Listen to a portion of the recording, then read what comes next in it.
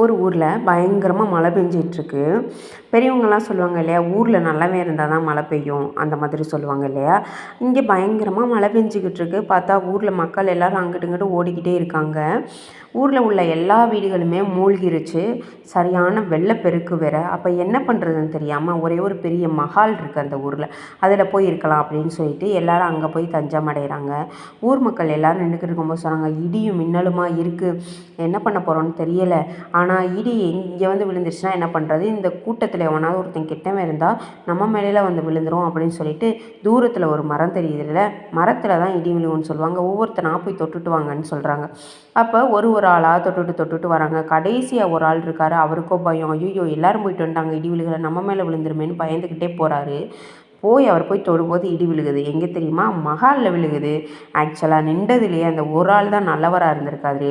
இதுலேருந்து என்ன தெரியுது அப்படின்னா, நம்ம நல்லவங்களாக இருந்தோம்னா கடவுள் எந்த ரூபத்தில் வேணாலும் வந்து நம்மளை காப்பாற்றுவார் அப்படின்றது தான் இந்த கதை.